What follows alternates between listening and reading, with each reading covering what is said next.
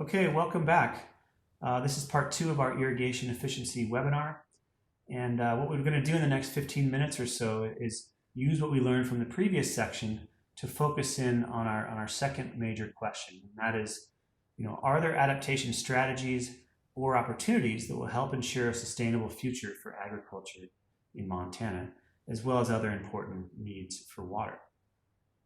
And our basic goal here is to highlight a few of the ideas that emerged in our working group, which focus on basically using irrigation management as a tool to help optimize water use in the context of a less reliable water supply. And with each of these strategies I'm about to discuss, we also want to highlight obvious constraints that might limit innovation or adaptation, because we think those are also really important and worthy of discussion. And we are very much looking forward to your feedback on what we're about to present, and these strategies, and whether they seem feasible or valuable to you based on your knowledge on your farm or in your particular watershed. So thanks for listening in. And so we have this situation where the switch to more efficient irrigation, so switching from flood to sprinkler irrigation as an example, tends to reduce seepage from canals, ditches, and fields, and so on, and reduce aquifer recharge and storage. And this is leading to changes in hydrology that are in some cases starting to manifest as reduced return flows to surface waters and ditches and so on, and reduced water availability late in the irrigation season or at locations and farms further downstream. Now, we also know that our natural storage reservoir and snowpack is declining in response to warming and increased drought conditions and so on. And so the question really becomes, is there a way to slow water down in the spring during snowmelt, store it in floodplain aquifers so that we can use it later in the season when demand for water is high and the supply of water is relatively low? This is really the focus of what we're going to talk about. Are there strategies, adaptation strategies, for getting after this question? Now, the first strategy for supporting aquifer recharge that we talked about in our working group has to do with using existing irrigation infrastructure, so using the canal system. And many studies have shown that seepage from canals is actually quite substantial and contributes to aquifer recharge, sometimes much more than seepage from farm fields themselves. And so these canal systems have the potential to be a really important tool that we can use for aquifer recharge. And so one option that was discussed in our working group was to simply leave canals unlined whenever possible to maintain some portion of this important recharge. Another option that came up is to basically consider running water through these canals before the irrigation system during snowmelt when water is plentiful, or running water through these canals after the irrigation system when demand for water is relatively low.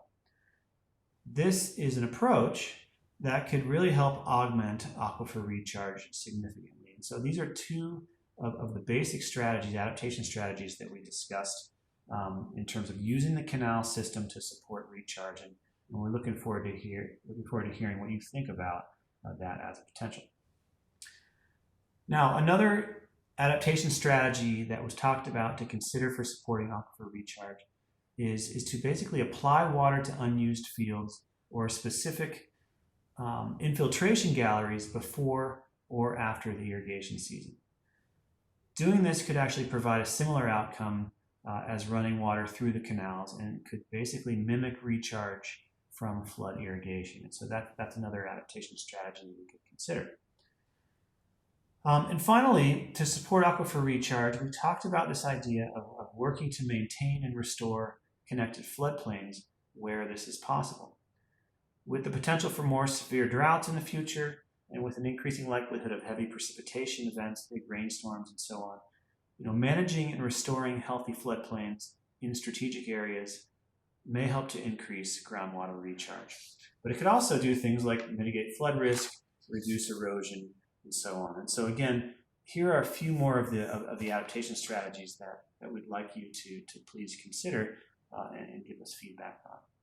Now, you may be asking yourself, have folks actually explored using these options for aquifer recharge? This is something that people are already doing. Well, the Montana Bureau of Mines and Geology has in fact explored the influence of canals in a modeling perspective on the Beaverhead River. So their study combined field measurements of canal seepage with a hydrologic model to ask this question. What is the influence of running canals 1 month prior to and 1 month following the irrigation season? And can this approach help recharge floodplain aquifers and even increase late season stream flows?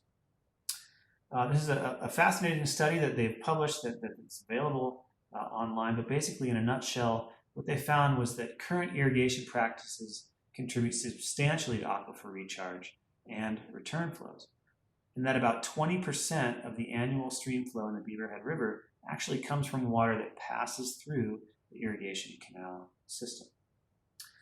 In addition, the investigators found that extending the period of canal flow 1 month early and 1 month late actually increased the average annual base flow in the Beaverhead by about 5%, which is actually a conservative estimate because they also included groundwater pumping in their model. So here's a brief but excellent example of how using the canal system does have the potential for providing a strategy for boosting aquifer recharge and even potentially elevating base flows in rivers late in the season. Now, has anyone actually attempted this kind of strategy on the ground? That brings us to the Teton River Recharge Project in Idaho, which provides a really interesting real-world example of this kind of thing in action. So folks on the Teton watershed are piloting a project currently to enhance aquifer recharge and late summer stream flow through the use of canal infrastructure. Basically, in this river valley, most irrigators switched from flood to sprinkler irrigation back in the 70s, and this enabled them to irrigate longer in the season and even produce a few hay crops rather than just one per year. But since this shift to sprinkler irrigation, producers also started to notice changes in the way water flows through the valley. For instance, they noticed things like wetlands and springs were drying up, and well levels were declining.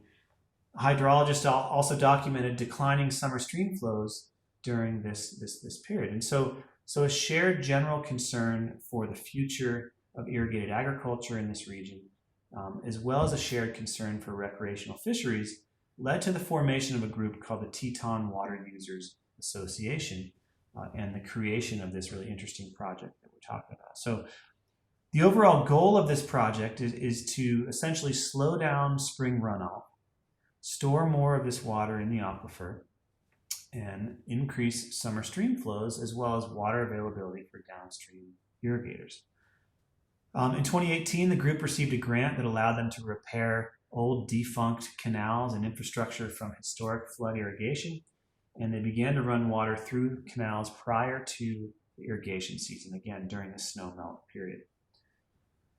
Now, in a return to sort of a flood irrigation-like management early in the spring, folks in the Teton River Valley are now diverting water as soon as it's legally available and spreading it out throughout the reactivated canal system. There's also some recharge that's taking place in this case through specific infiltration galleries across the landscape as well. Okay, so they're actually doing this now, and they're going to continue to do it in the coming years. And the exciting thing is that these efforts really seem to be working. The old canal system is now up and functioning and providing additional aquifer recharge in the spring. Late season stream flows also appear to be increasing late in the summer. And finally, folks on the ground are actually being paid for facilitating this recharge early in the season. So again, here's a really exciting example of how use of the canal system early might provide a win-win solution for irrigators, as well as providing stream flow later in the summer for other things like fisheries. On the right here of this slide is a graphic from the Legacy Works group. They're one of the partners in the Teton Water Users Association. I just want to encourage folks to visit these websites for more details on this project if you're interested in doing so. Okay, so this has all been really positive. It's important that we highlight any major constraints to supporting aquifer recharge as an adaptation strategy. And of course, there are some significant constraints that we need to consider.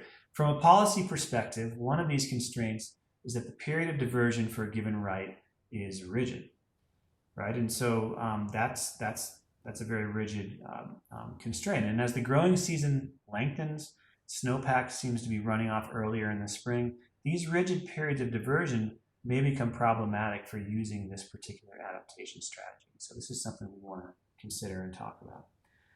Now, in addition, there are still questions that remain about whether and when aquifer recharge can be actually considered an approved and legal beneficial use. It's likely that running water through canals before or after the irrigation season would be feasible under current policy. But other strategies, such as creating and using specific infiltration galleries, might face more significant policy hurdles in Montana, and we want to talk about that. Okay, so a second major adaptation strategy that was discussed in our workshop for promoting aquifer recharge was the broad idea of what we're calling hybrid irrigation management, or basically the idea of using multiple irrigation methods throughout the season or across a watershed to manage water supply. Now, in this case, producers or irrigation managers might consider flood irrigating early in the season when water is plentiful, and then perhaps switching to sprinkler irrigation later when water supply is more limited. In many cases, of course, this might not be feasible because of infrastructure constraints or other things, but another more broadly applicable strategy that we talked about could be to use sprinklers to apply extra water in the early season as things like sprinkler floods to encourage seepage and aquifer recharge early in the season. Later on, these sprinklers could go back to a lower reduced pressure when water becomes more limited. And in doing so, this could leave more water in the stream for downstream users or even for other ecological benefits. Another final thing that was discussed about hybrid irrigation management is that this could be envisioned at a watershed scale by essentially creating an intentional mosaic of flood and pivot irrigation methods where these different types of methods are strategically maintained at different farms across the watershed, basically to achieve desired watershed goals and optimize water supply for folks in the watershed. So these are some of the ideas about hybrid irrigation management to enhance recharge that came up in our discussions, and we'd love to hear your thoughts on whether you think these types of things are happening, whether you think they're possible. Of course, again, there are clearly significant operational constraints to employing these types of hybrid irrigation practices. One of these is the difficulty basically of maintaining the infrastructure and topographic landscape features that would allow for multiple irrigation methods. So that's a significant constraint on doing this. Another is that the reality that incentives and funding programs are generally limited to supporting switches to sprinkler irrigation. But again, the more we learn about this topic, and given varying site-specific costs and benefits of both flood and sprinkler irrigation, agencies and other funding programs might consider diversification of their irrigation assistance portfolio. Okay, and the final major adaptation strategy we discussed in our working group was this idea of creating comprehensive water budgets for our watersheds around the state that can help to inform planning and decision making. If we really want to be able to make good decisions and plan for the future, we really do need more comprehensive data and information about water use and site-specific hydrology in irrigated landscapes across Montana. These accurate water budgets that are based on real data can be used to play out different scenarios, to anticipate various outcomes, and to plan proactively as a community for the future. And so this is something that there was a lot of support for in our working group discussions. Now, of course, there are constraints to doing these water budgets.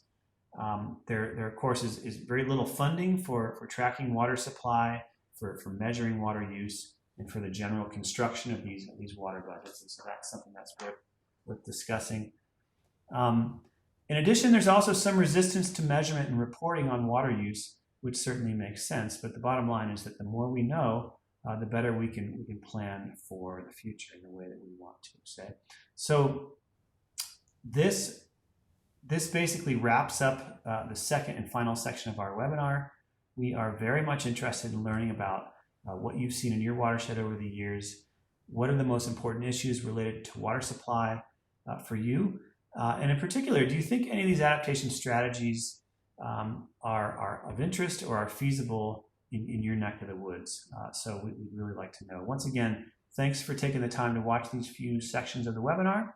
And if you're willing, we'd love to follow up with a brief phone call to get your feedback. All right, so thanks very much. Take care.